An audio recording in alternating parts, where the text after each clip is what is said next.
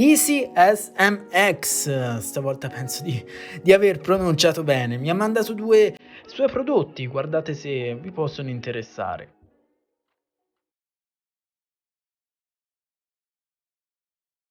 Allora, pacco ben conservato, adoro questa protezione in plastica perché se la usate come trampolino è perfetta, la roba ci rimbalza che è una meraviglia. Con la scatola più grande avrete già capito di cosa si tratta. Esatto, sono delle cuffie da gaming. L'altra invece contiene un gamepad. Vedete già in primo piano le compatibilità. Incomincio con queste. Sul retro le specifiche principali.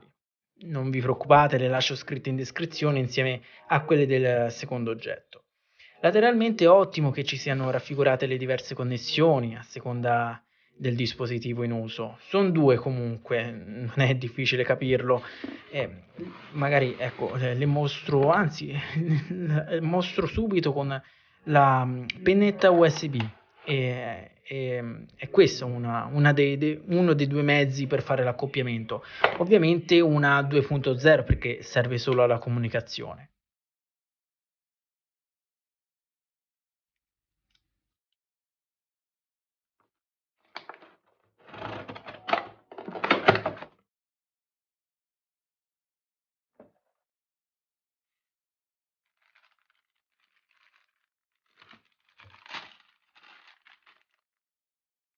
Microfono modulare con filtro anti-pop, grande elasticità, perfetto, così ve lo regolate con la massima precisione.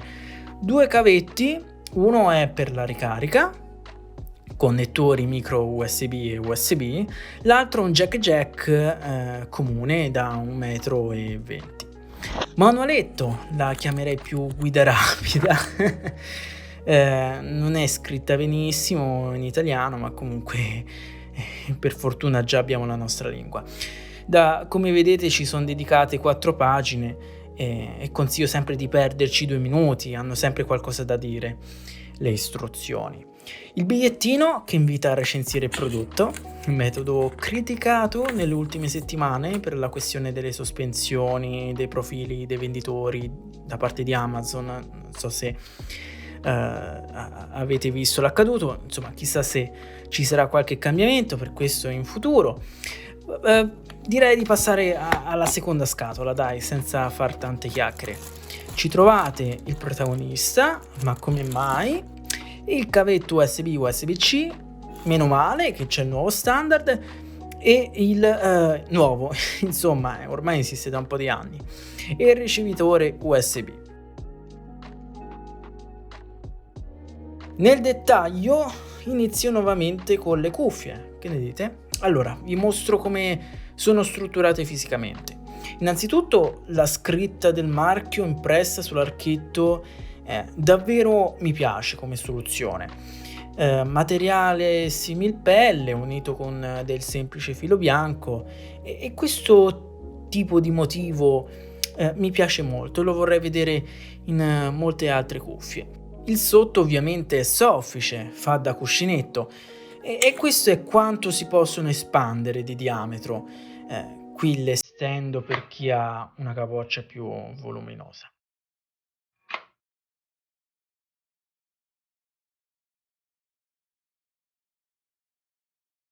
Vado sul badiglione destro, non vi sbagliate sull'orientamento perché c'è indicata la lettera R e L.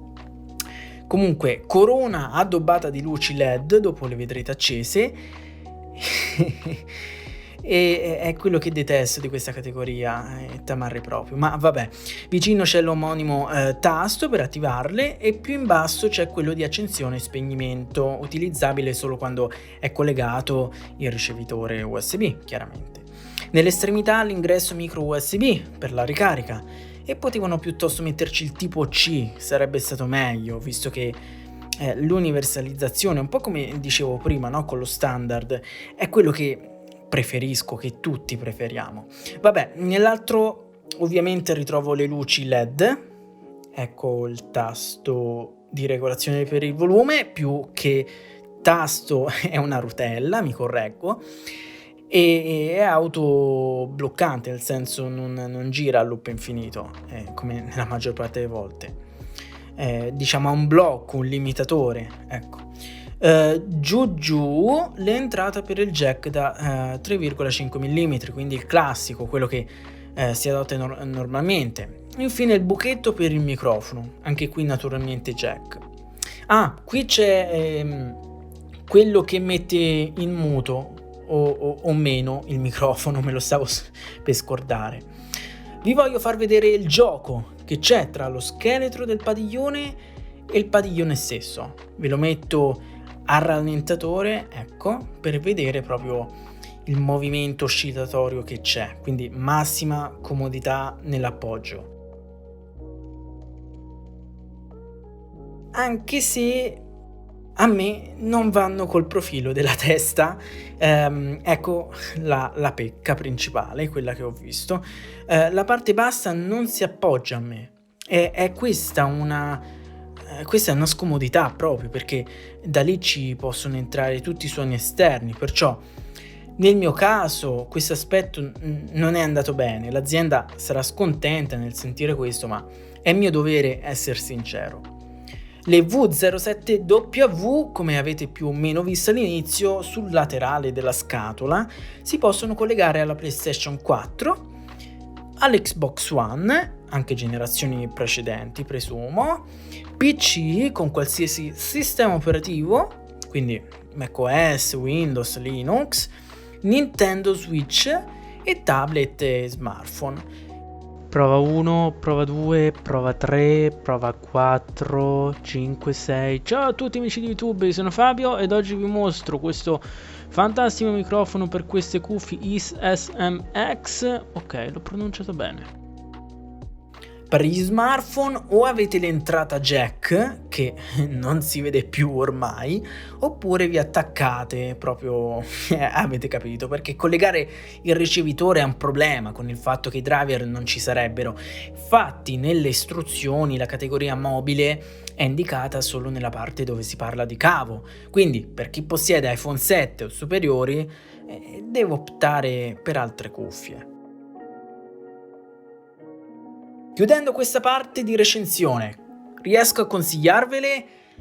Sì, ma è un po' al limite questo sì, perché il prezzo incomincia a essere fastidioso, prese su Amazon. Con quella spesa riuscite a trovare qualcosa di meglio, però al di là del prezzo sono comunque valide. Ho avuto il problema del non appoggio, forse potevano formarlo meglio l'archetto, forse c'era da studiare qualcosa lì. Perché in altre cuffie questo fastidio non l'ho avuto, ma in fin dei conti non è così grave. L'importante è che si sentino sufficientemente, che durino nel tempo. Io le ho ormai da qualche settimana, anzi 2-3 mesi abbondanti, e per ora batteria regge come di norma. Sempre dal negozio di IS-SM-X, ok, l'ho ripronunciato bene, le ho trovate simili e che vanno solo con cavo, perciò avete quest'altra opzione se del wireless non ve ne fate nulla e soprattutto volete risparmiare. Adesso il controller, il gamepad per essere più preciso. Il modello si chiama 9110, 20 tasti in totale, incluse le 2 leve di comando. Diventano 22 se sdoppiamo le funzioni di questi di dietro, M1, M2, M3 e M4. Queste 4 interazioni sono cambiabili a piacimento, nel senso che possono essere personalizzate. Per farlo bisogna tenere premuto il pulsante da configurare, ad esempio M1, insieme al pulsante indietro che qui è segnato in inglese back. A questo punto la luce LED dell'anello cambia in un colore misto e si entra nello stato di personalizzazione. Dopodiché scegliete il comando che volete attribuirgli, tipo, non lo so, A, e poi rischiacciate nuovamente il tasto da configurare, quindi in questo caso M1.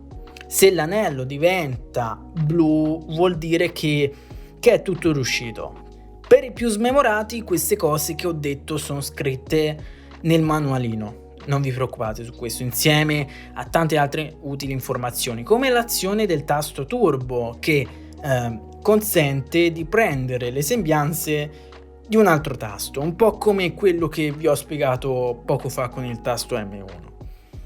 Attenzione, non è compatibile con tutto, nel senso che per la PlayStation non ci sono problemi. PC Windows, Nintendo Switch, Android, stessa cosa. Ma per Xbox, sì. Guarda caso io non posso dimostrarvi il funzionamento sulla PS e ho una Xbox One S che rimane lì spenta. Vabbè, ho potuto comunque provarlo su Windows 10 e posso confermare che non mi ha deluso. Se comparato con il gamepad 1708 di Xbox, ho notato che questo ha una corsa più, lubrificata, nel senso che in quello Xbox si ha la sensazione di premere più un tasto meccanico, per chi se ne intende di tastiere. Sembra di avere un cherry blu alla pressione, almeno per quanto riguarda il tasto direzionale e i tasti A, B, Y ed X.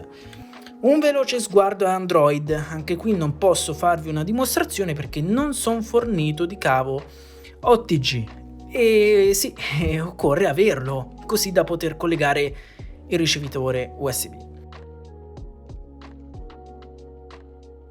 E con questo chiudo, non ho altro da aggiungere. Potevo benissimo parlare di dettagli costruttivi, specificazioni, software, ma penso che quello che ho detto basti per poter capire come sono questi prodotti. In descrizione trovate il link Amazon per l'acquisto. Io vi aspetto in una prossima recensione.